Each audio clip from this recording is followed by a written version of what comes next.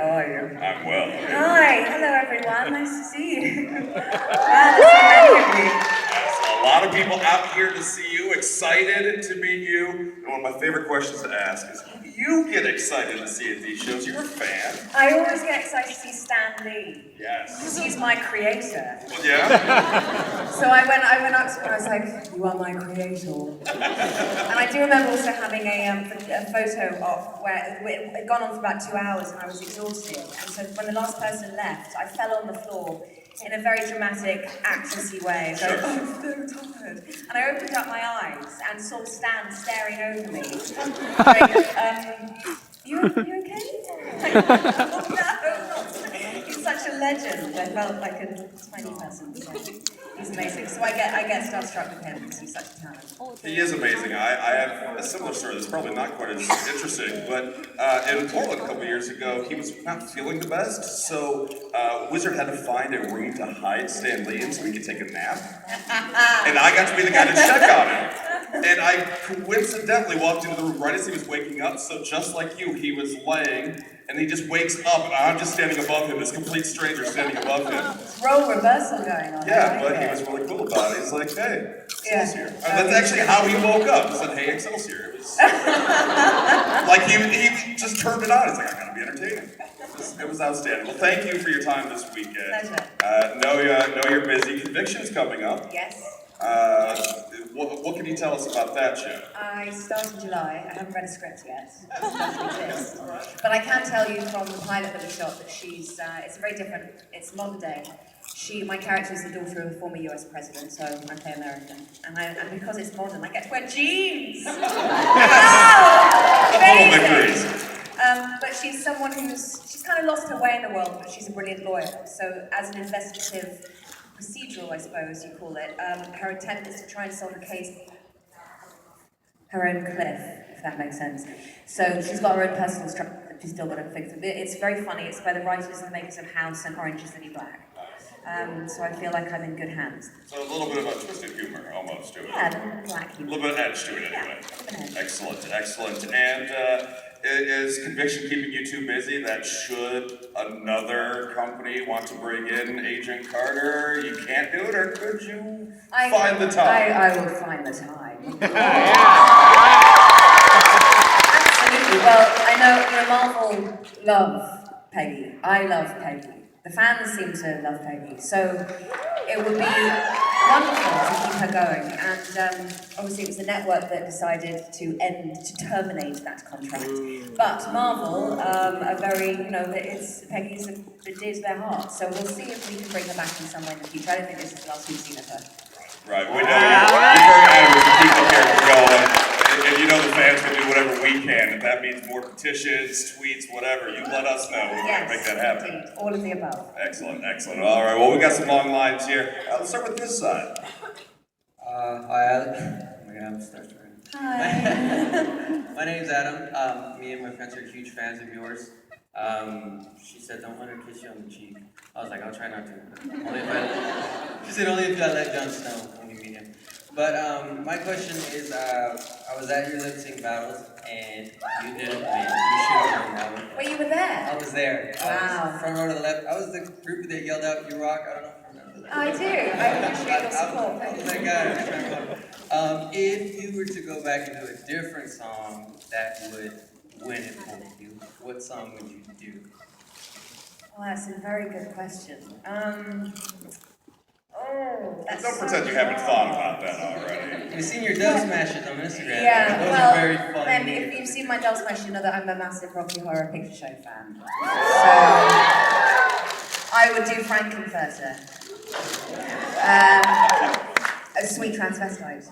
But obviously I've been dressed as a man, so, because I'm a woman. So to make the song make sense. So I would do that. Yeah, for sure. All right, thank you. Thank you. Make sure you're front row for that one, all right? Hello, my name is Nick Baird. Hi. And I met you earlier. I have a question and a comment. My comment is, I'm still going to be your dance partner, but please don't step in my shoes. Okay. And my question is, what was it like playing a role where in secret you were told badass, but in public, you just got overlooked by people? I just drew on personal experience. adds to the complexity of Peggy is that, and I think it shows that she's multifaceted. And I think everyone can relate to at different times and different circumstances. We have to be different things to different people.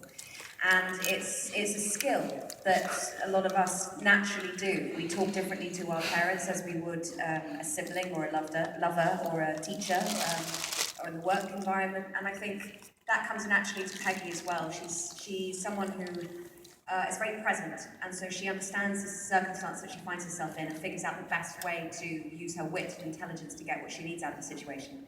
So that was great, because it just gave me something much more interesting to play than just having her badass, which is great, but only really is of any consequence if you compare it to another aspect of her character, which makes her so much more interesting. Thank you.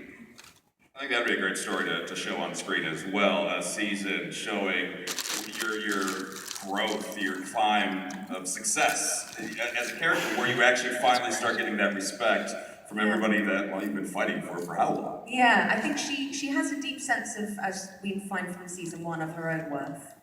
And she kind of just waits for everyone else to catch up with her. And not in an arrogant way. I think it's just, she knows what her right is as a human being. She knows what she's capable of, which is why she says, I know my value. Anyone else's opinion doesn't really matter.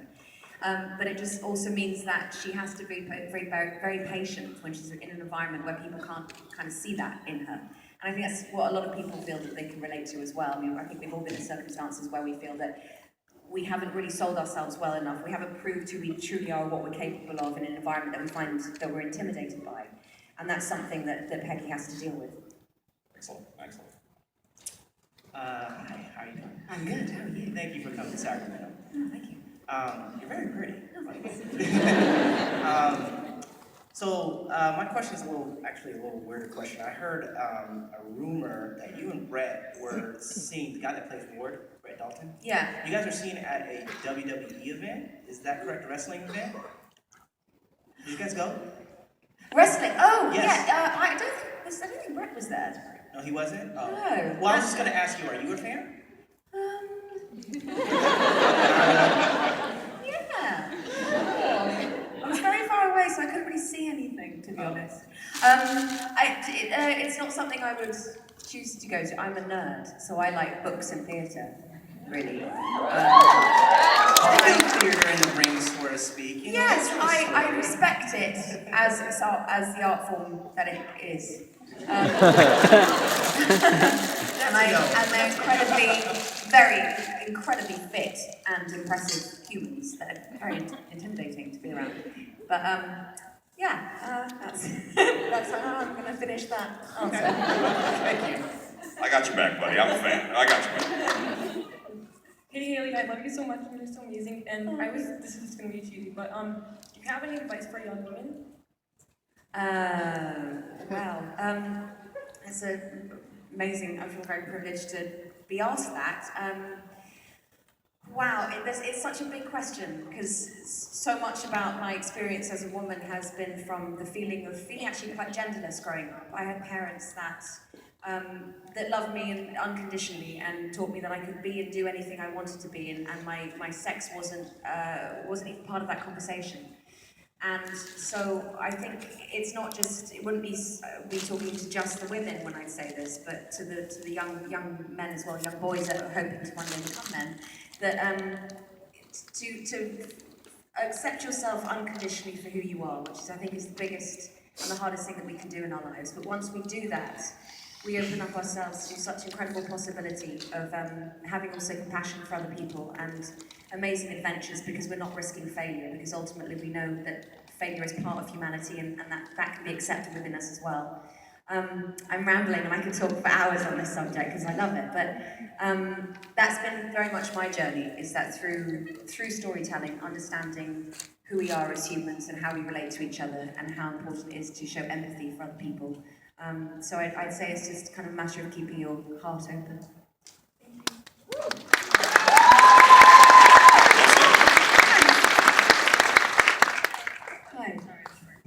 Hi, I'm Teresa.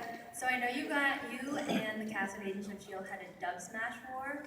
Is there going to be a sequel at San Diego Comic-Con this year? Well, since Asian cast is not coming back for season 3. I've not been invited to San Diego. That's all right. That's okay because I'll do something else. I'm sure. And I felt that we left the Dub Smash Wars on a high because I won. So that was a chapter in my life that feels complete. And I hope I'll do some more in the future. It's such a great fun to really kind of embrace the kind of tongue-in-cheek and the humour of it all, and showing also how much fun and how much silliness the actors get up to backstage when you're doing something like Comic-Con, which can be incredibly overwhelming at times because it's so stimulating, there's so many people there, and just to be sitting around backstage, we thought we'd make the most of it and be stupid. Thank you. Hi, Hayley. My name's Jerome. I have written for the Philadelphia paper for the past 25 years on genre entertainment, and I'm the LA correspondent. And I just want to say that I don't usually get starstruck, but you are just an amazing, amazing talent, and somebody I really did want to see. I still need to interview you someday.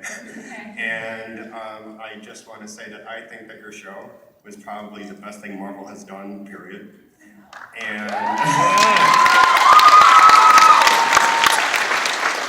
And I actually signed a petition and did a story about how they should bring it back on Netflix.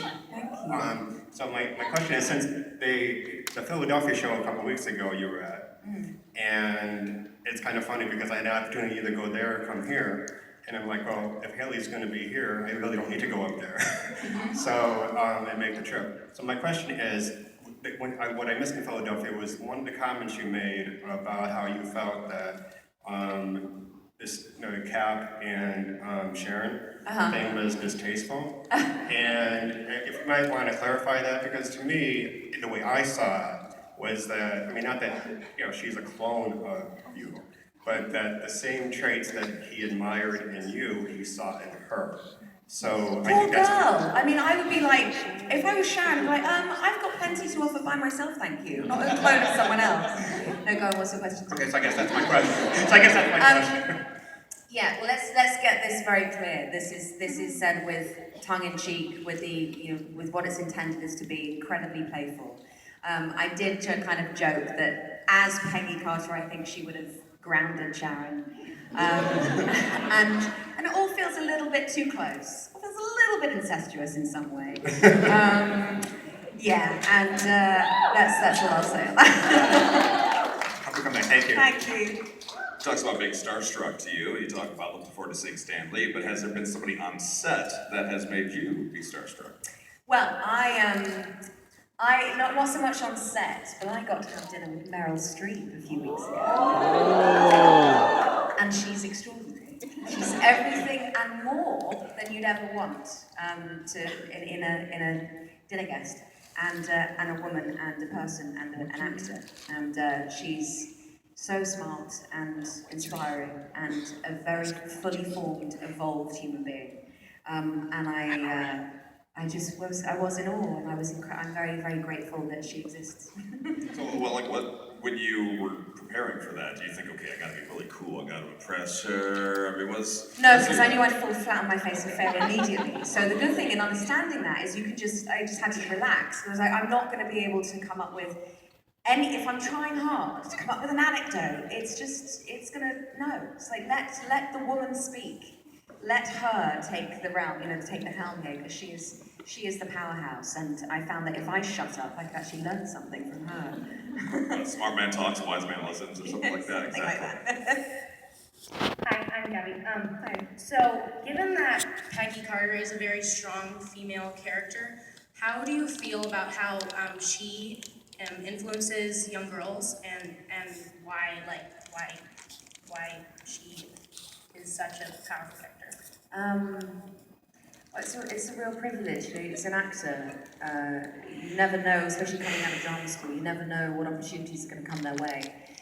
And part of it is that as an actor, my job is to, in the storytelling, is to be to take the character and, it's the best way to explain this, to basically inhabit that character and really fight for their argument and for their point of view.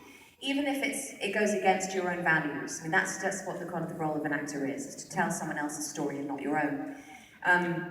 But when it was someone like Peggy, there was so many aspects of it that I found, for me, incredibly inspiring and helpful. You know, the fact that she is confident meant that although as an actor I felt very intimidated by walking on to the set with Stanley Tucci and Tommy Lee Jones, you know, 7 years ago, but Peggy wouldn't have. So it enabled me to think, well, what would Peggy do? You know, I have to portray this woman. What would she do? How would she behave in this environment? And that I found helpful for me. And I've been truly touched by the effect that the character has had on men and women of all ages, really, to be able to be part of a world where she doesn't just use her sexuality, she doesn't come from a place of hatred, she comes from a place of empowerment and humanity and compassion, but also using her wit and intelligence to get herself out of certain obstacles and challenges. And it's, you know, that doesn't happen a lot or often, and I feel very privileged to have been a part of that. And I think that's kind of what makes her kind of so likable to audiences, is that they relate to her. There's a vulnerability about her as well. She doesn't have to be strong all the time. And in fact, you know, the idea of what courage is not a sense of being fearless. It's feeling the fear and doing it anyway, so that in the face of adversity, you can actually practice the act of being courageous. And that's what Peggy does. And I think that's why I think a lot of people like her. Thank you. Thank you. Hello. Hi. You've done a lot of theater, film, and television work. Which one is your favorite to work with? Oh, it's so hard because they're all, it depends on the people that I'm working with and the story that we're telling. And I've loved so many different bits. I mean, I love the power of theatre where anything can go wrong at any time and you can't say cut and begin again. And you get a feeling, you know, like I'm picking up an atmosphere in this audience that I wouldn't if this was just me and a camera, which makes it quite thrilling. There's an adrenaline that you don't have when you're working on film. And I think that also an audience teaches you as an actor on stage how you're doing if you're boring them, and what you have to do to keep them interested. There's a wave that happens. Someone gets fidgety and then someone sneezes or falls asleep, and then there's this wave and you can feel the whole audience doing it, and it directs you basically. And it's very humbling because as an actor you get to sense where you are and where your limitations are. So I'd say that was my first love. Thank you. You can also see when people start to walk out of the room, which then makes you go, oh my God! Hello, my name is Dave. Thanks for coming out to the show. Really different I wanted to ask you, has there been any discussion in the past about, hopefully in the future, about you making a guest appearance on Agents of S.H.I.E.L.D. and some sort of like historical I think I've done that. Have I done that? I'm sure I've done that. Twice. Done it twice, love. There you go. Or, I mean, future scenes. Kind of like my own show, to be honest. Yeah. I mean, I love them as a show, but I want to do my own, you know? Give me so much more to do. But the point is, you know, I do love the character. I feel very honoured that Marvel have put me in her in so many different ways and in different places. So I'd be very happy to pop up in different places, whether that be S.H.I.E.L.D. or, I don't know, my own movie.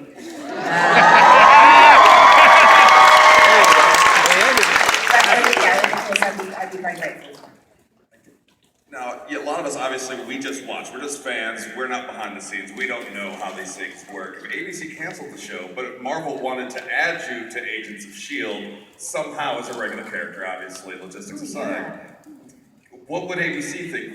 Could they stop that from happening? I don't know. I don't know how it works. It's like the Wizard of Oz. It's all like going on over there, and I just get told where to stand and what to say. So I'm sure it's all very exciting. It'd be a power struggle between ABC and Marvel. How exciting. That's a reality TV show right there. You're amazing, by the way. My name is also Hayley Elizabeth. So. Hey!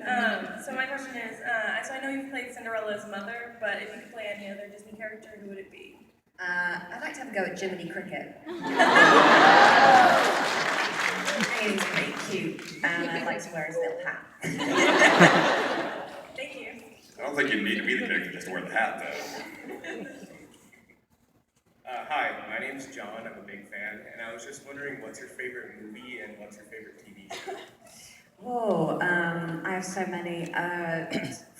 The top films would be Casablanca, All That Being There, In the Name of the Father. Oh man, so many. TV shows. Oh God. Well, the thing I do watch on repeat when I'm traveling, especially, is Arrested Development. I'm watching that right now. It's so good. And every episode, I'm like, I don't know what my favorite character is. It changes all the time. And they talk about ensemble of cast and timing and the pace and the writing and the one-liners and the nuances. I mean, I could just keep watching that forever. So I'd say that. Thank you. Joke. It's a joke. I think Tobias Funke. Tobias is pretty good too. Yeah. Hello, I hope you're having a good day. My name's Lily. Hi. I wanted to ask you, so other than the epic, iconic dub smash battle that you've had, what are some of your favorite memories with Clark, Chloe, or any of the rest of the cast of Agents of S.H.I.E.L.D.? Of S.H.I.E.L.D. That's pretty much our relationship. Like, every time we see each other, we've dub smashed, pretty much. So that's kind of all I know of them, really. It's a great way of bonding. I mean, I think it was quite funny when, because obviously with the charity of Dub Smash Wars, the winner got to have lunch with us. And so we all kind of sat in this restaurant in LA, and the winners, and I think it was opened up like worldwide. You could come from anywhere in the world, and if you won, and get to have a trip to Hollywood, and stay in a hotel. It was all very exciting and glamorous for someone who's not from LA, but the winner was from LA. So wow. It's like, yeah, I'm from 20 minutes down the road. I was like, okay, right. And that was lovely. It was nice to have that lunch and just to be in a very relaxed environment with Chloe and Clark, who are so warm and so fun and so funny and such good sports, and really create a very healthy kind of dynamic, given the fact we were competing with each other. It was very nice. I've talked with the other Agents of S.H.I.E.L.D. cast members, and we talk about Chloe, hanging out with Chloe, and we'll see if you have the same feel. And after hanging out with Chloe for just a couple hours, they all feel a bit more, and I think the word they used was street, that they feel a bit more tough and rough. Like Elizabeth, we'll talk about Elizabeth Henstridge, we'll talk about that. Do you get any feel about Chloe? I think she's just very free in herself. She knows who she is, and I love that. She's unapologetic. She's great. They talk about just they hang out with her and then they go home with their wives, husbands, girlfriends, or significant others, and they get in trouble because they just start like, no, I'm not doing that. Okay, I'm sorry. Chloe gives off that sort of vibe. Hi, I'm Alex. Hi. First of all, you're my hero for what you said on the Sharon and Steve romance. And my question is, what's one of your favorite memories from on-set for Agent Carter? Oh, okay, well, there's so many. I mean, there's a blooper reel, and I think it's literally just of me crying tears of laughter. Because James Darcy, who plays Jarvis, and Dominic Cooper, who plays Howard Stark, they're like my brothers. I've known them for about 10 years. So we're very, very relaxed with each other, and we really like to prank each other. And so there was one time when, for example, I walked into my trailer and James Darcy had managed to get the art department to print every photograph of himself available on the internet. Print it out and post it all over my trailer, from the ceiling to the floor, to inside cupboards, inside my wardrobe, and inside the toilet seats. Finishing off with the grand finale, which is a life-size photograph of himself naked, lying on a chaise longue, with his legs over the side, with my red hat covering me, which of course had to be fumigated. Oh, wow.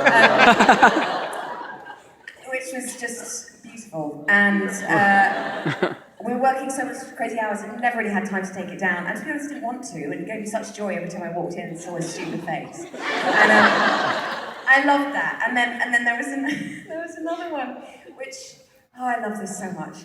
It gives me such joy. So we all know Dominic is a very suave, sexy, gorgeous man. Well, we we're doing a scene, I think we're just messing around, and Dominic and I had fallen on the floor at some point, and we were laughing, and someone came over and took a picture of us upside down. And we zoomed in on Dominic's face, and it was the worst picture of a human ever seen. It's horrendous, because he's upside down, and the angle's just perfect, works to perfection. I don't actually know, I've got my phone with me, it's on my phone case, but here's the thing. Dominic immediately saw it and went, take that off, I deleted it, he was mortified. He hates it, and rightly so, it's awful.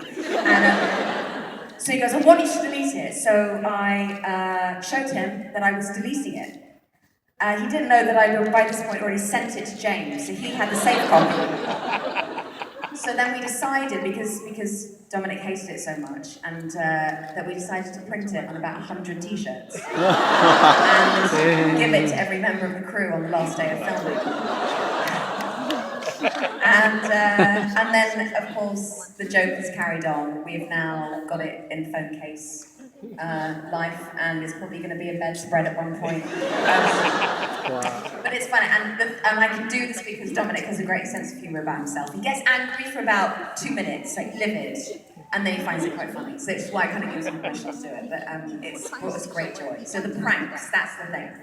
Worth that 2 minutes, I'm sure, with that anger. That's great. It's very nice to meet you. I'm gonna record this just cause. Okay. We all know that Peggy will always have like a place in her heart for Steve. Yeah. But what I want to know, and what I think everybody wants to know, is just how she truly feels about Bucky. You know? Oh. Yeah. Well, he's like, you know, he's your boyfriend's best mate. It's a lovely yet awkward dynamic. You know? You can't get too close.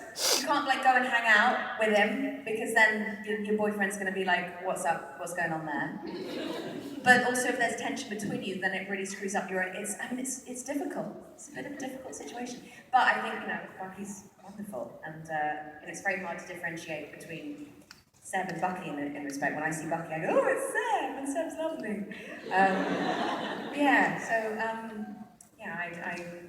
I think she'd have a lot of compassion for him. Thank you. Obviously, time travel aside, who do you think Agent Carter would like better? Falcon or Bucky? Who's the better friend to Captain America? Oh, I can't answer that. Ouch, I can't answer that. I don't want to get in the way of any romances.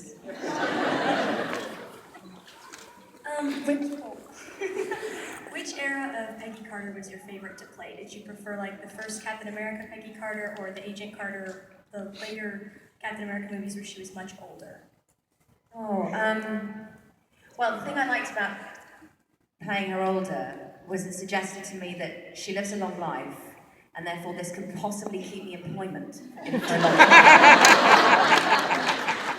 Because then I also started to think, God, I wonder where she was in the summer of 1966. And I can imagine her with giant shoulder pads and big hair in the 80s.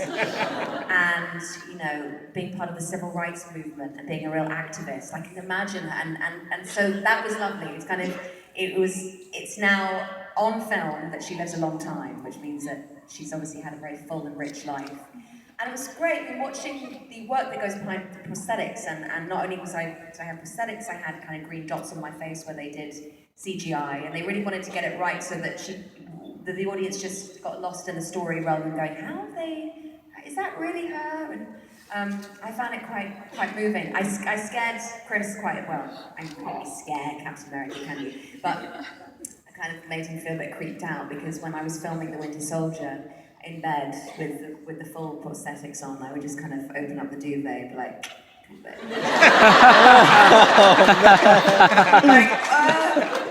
gross.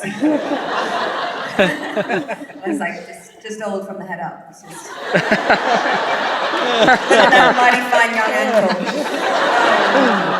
So that was fine. We had fun with it. We had a lot of fun with it. Thank you. Oh, wow.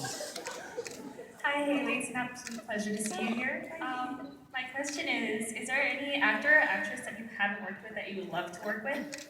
Yes, so many. where do I begin? I don't think many of you will necessarily know, because they're actors that I watch in theatre in England, really. So, Hattie Morahan, Denise Gough, Helen McCrory, Juliet Stevenson, Anna Maxwell Martin, Sophie Okonedo. Do these names mean anything to you guys? Good, okay. Helen Mirren, Judi Dench, Fiona Shaw. Let's bring Katharine Hepburn back to life, why not? In terms of screen actors, oh man, I mean, Kate Blanchett for me has always been amazing. There's nothing that woman can't do. And Jennifer Lawrence, of course, I adore her. And Emily Blunt, I think is incredible. There's so many. I mean, that's just off the top of my head in the first 10 seconds. When I have a dear diary, like I have a bucket list of everyone I want to work with. And it grows. You know, every time I see great work, I'm so inspired by it, and I'm so grateful that kind of talent is in my lifetime, because I get a chance to experience that. So I love that, and I love seeing new talent as well, and beautiful pieces of work by people that kind of seem to have come out of the woodwork and do something extraordinary and change our way that we think and feel about certain things. It's amazing. Something. Hi, thank you for coming. I grew up as military dependent, and when I was in the military, I had the choice to leave the military and raise my children, which I chose to. Does Peggy regret anything at all? I mean, I don't regret leaving my career behind for my children, because I raised big, very beautiful, smart girls who make me very proud every day. Do you think Peggy regretted doing it all in that time frame, being the mom and still being the agent, or? I don't think regret lives in her vocabulary. And I mean that just in the sense that when she makes a decision and she sticks to it, she's living in that present moment, and that's what she runs with, and she makes the best out of the situation.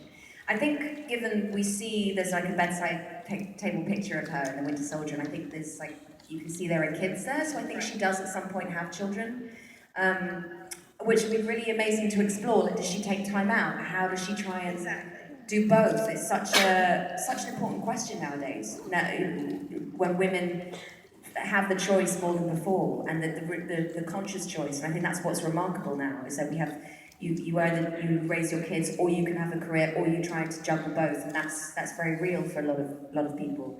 But like as I said, I think Peggy doesn't see regret as useful.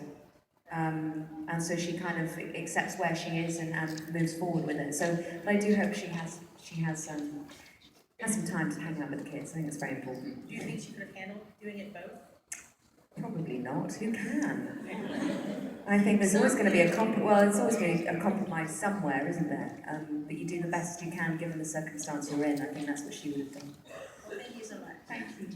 And thank you to everybody with your questions, for asking your questions. We need to get you actually back to the floor to do that. But first and foremost, today being Father's Day, I would like to wish your father a happy My dad, Father's Day. who's over there, taking pictures.